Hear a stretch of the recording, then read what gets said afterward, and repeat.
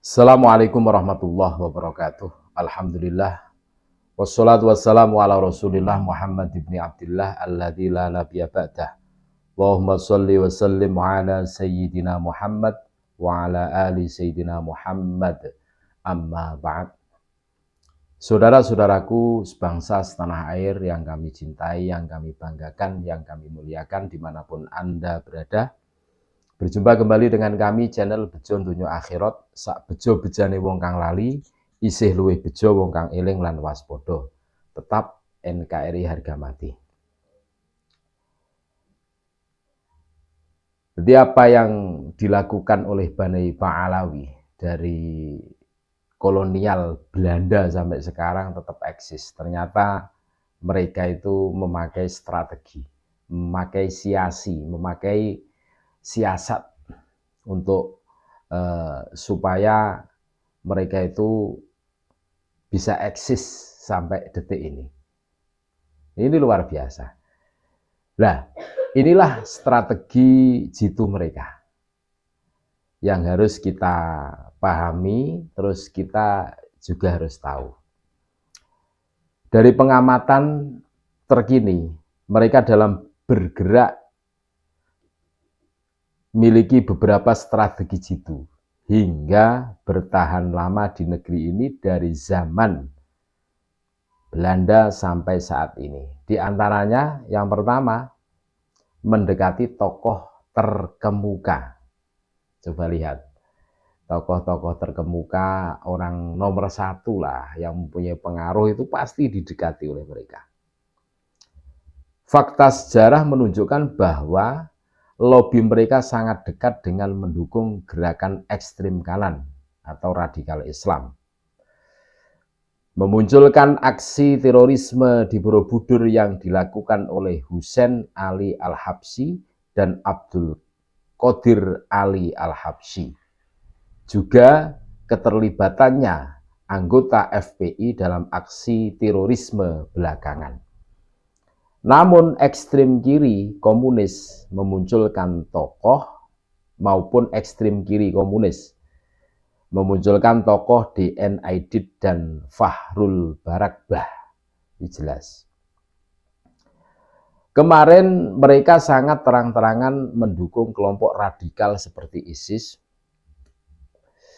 HTI, dan sejenisnya untuk memenangkan tokoh politisi yang didukungnya dalam perhelatan pesta demokrasi serta berharap imbalan juga memberikan insentif kepada pemegang jabatan publik agar ia bisa leluasa menguasai jabatan strategis. Ketika yang didukungnya kalah, langsung bermanuver ke saudaranya yang menjilat pada pemenang kontestasi. Lalu mereka menyusun lagi dari awal. Jika sudah dinilai kuat, maka bergerak terang-terangan lagi, main dua kaki. Itulah mereka. Ini sangatlah berbahaya serta mengancam keutuhan NKRI dan Pancasila. Yang kedua, strategi mereka adalah menunjukkan hujah paling soheh tentang kemuliaan mereka.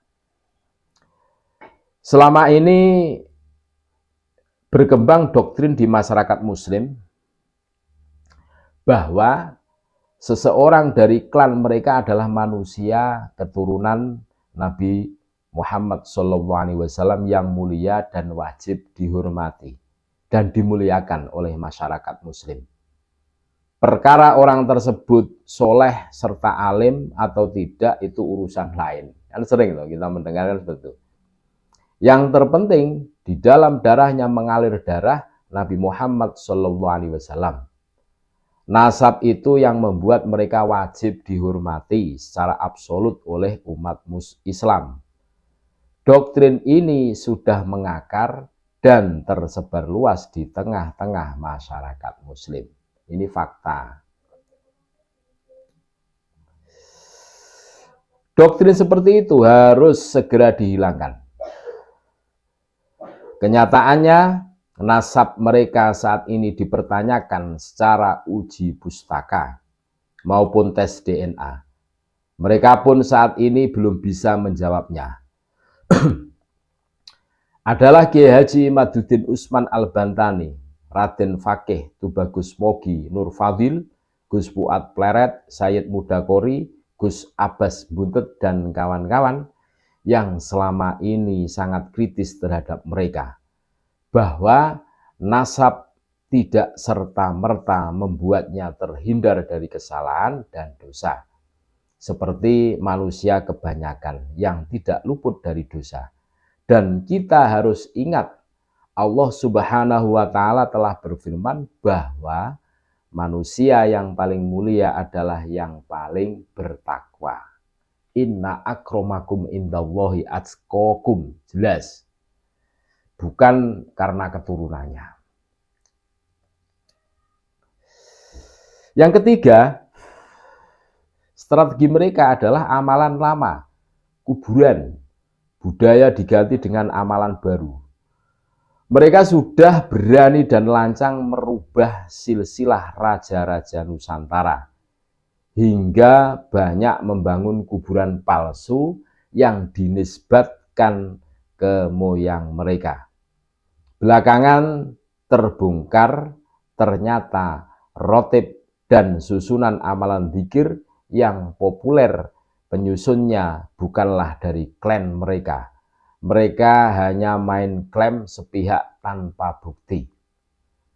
Kemuliaan serta kemegahan budaya Nusantara warisan para wali yang menyebarkan Islam tempo dulu pun tak luput dari tingkah mereka yang mendiskreditkan. Seperti mereka menjelekkan tradisi budaya setempat, kasus baca Al-Quran langgam Jawa, syair hadroh ya nafsuti yang sempat viral. Dulu itu ramai pada saat istana ada acara terus langgamnya itu langgam Jawa. Pada saat membaca Al-Quran, ramai itu. Dari siapa yang meramaikan, yang memviralkan, yang memframing? Ya gerombolan mereka tuh. Ini salah satu bentuk merubah jati diri bangsa agar generasi penerus lupa akan sejarahnya. Tuh. Yang keempat, rekrut kalangan awam dengan barokah. Kalangan awam sangat mudah untuk dicekoki doktrin-doktrin yang berbumbu agama. Walaupun doktrinnya itu ngawur serta menyesatkan. Mereka dengan kelihayan bahasa yang fasih membius awam agar percaya kepadanya. Obral barokah serta diiming-imingi surga dengan sejumlah dalil agama yang dipaksakan. Bahkan banyak hadis palsu buatan kaum Syiah menjadi penguat doktrinnya. Dari situ Muslim yang terpelajar pun bisa kepincut, apalagi yang awam. Dosen saja bisa terpincut, apalagi masih mahasiswa. Jika dibiarkan, maka kesesatan ini akan menjadi kebenaran dan akidah umat dipertaruhkan. Akan berdosa bagi kaum berilmu yang bersikap hanya diam. Makanya kami menyuarakan kebenaran ini. Kami tidak mencari pembenaran, tapi ini kebenaran yang harus kami suarakan. Karena kalau kami diam berarti kami zalim. Ini harus disuarakan, dipubliskan. Itu. Yang kelima, ancam kalangan awam dengan kualat agar setia. Nah, sudah banyak contohnya dari kerugian harta hingga korban jiwa akibat doktrin kualat bagi siapapun yang menentangnya. Orang yang sudah dibudakkan oleh mereka, maka apapun yang mereka inginkan wajib ditaati. Contoh paling ringan, minyak wangi seharga 20.000 harus dibeli seharga 2 juta. Hingga yang paling berat diajak untuk melawan pemerintah yang sah, sedang ini taruhannya nyawa. Kan ngeri-ngeri sedap, diajak demo melawan pemerintahan yang sah. Tuh, strategi jitu mereka hingga mereka itu lama menguasai Indonesia dari zaman kolonial penjajah sampai sekarang. Terus antitesisnya, yang pertama dekati tokoh-tokoh terkemuka. Terus yang kedua tunjukkan hujah bahwa hujah mereka itu sangat lemah. Nah, harus dilawan. Yang ketiga kembali ke amalan kuburan budaya lama. Yang keempat bangkitkan kalangan awam untuk percaya diri. Yang kelima merdekakan kalangan awam dari belenggu doktrin mereka. Makanya saya menghimbau kepada seluruh warga negara Indonesia. Kita punya akal, punya otak untuk menelaah mana itu kebenaran, mana itu kebatilan. Jadi harus merdeka otak kita. Mereka semua tidak zalim dan yang salah hanya oknumnya. Tapi kebanyakan dari mereka gagal menegur oknum saudaranya. Terkesan membiarkan sehingga kezaliman di negeri ini terjadi dari abad ke abad. Di antaranya abad ke-9 Hijriah atau abad 15 Masehi. Oknum Habib mulai mencangkokkan nasab leluhurnya yakni Ubaidillah atau Abdullah sebagai keturunan Sayyid Ahmad bin Isa dari Irak. Padahal tidak ada data dari abad 4 sampai dengan 9 Hijriah mendata hal tersebut, apalagi hasil tes genetik dari kromosom Y, tes Y-DNA. Abad 21 Masehi membuktikan kepalsuan nasab mereka sebagai terah garis Alawiyin.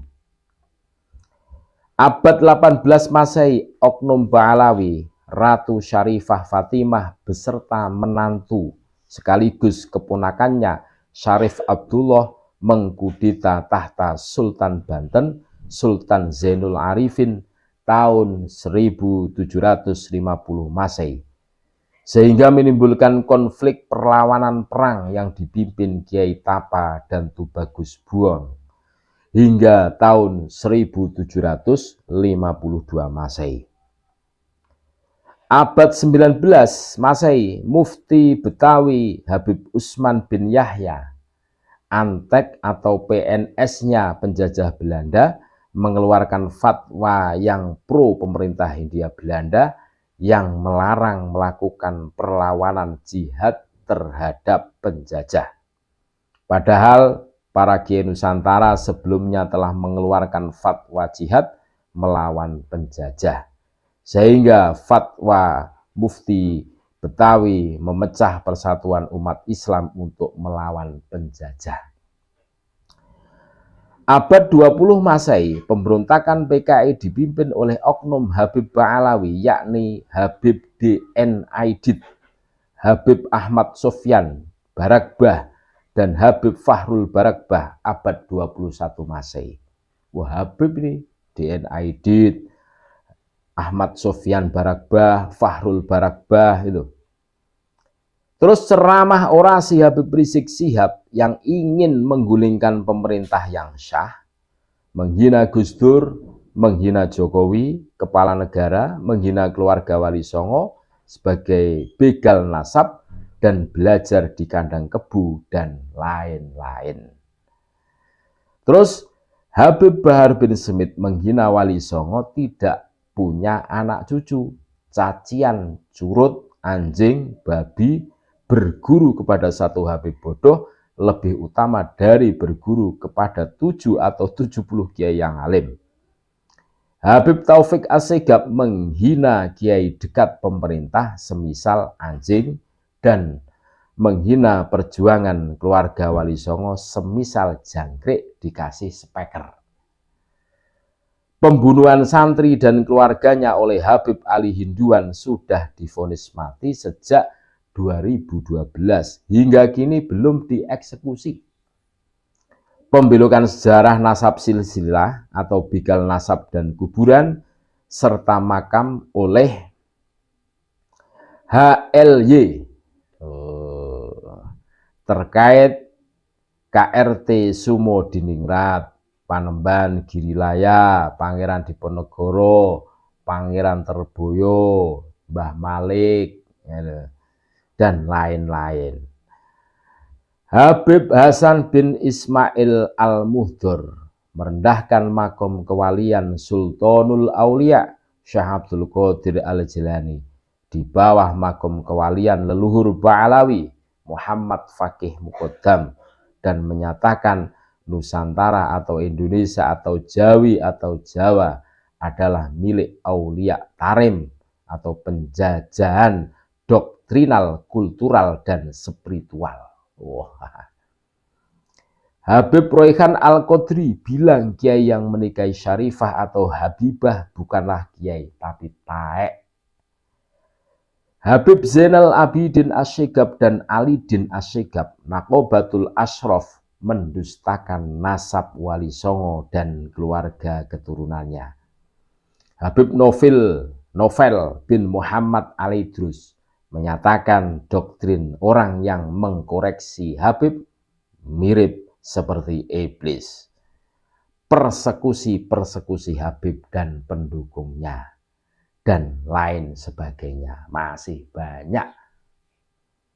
Karena oknumnya pada zalim dan dasar utamanya karena sombong akan nasabnya, maka perlu dibuka fakta ilmiah bahwa meski tidak semua Habib salah dan dolim, tapi semua Habib Ba'alawi muasal Yaman bukanlah zuriat Nabi Muhammad SAW atau bukan Alawiyin, terah garis lagi. Jangan salah sangka dianggap logika melenceng karena salah dianggap palsu nasabnya.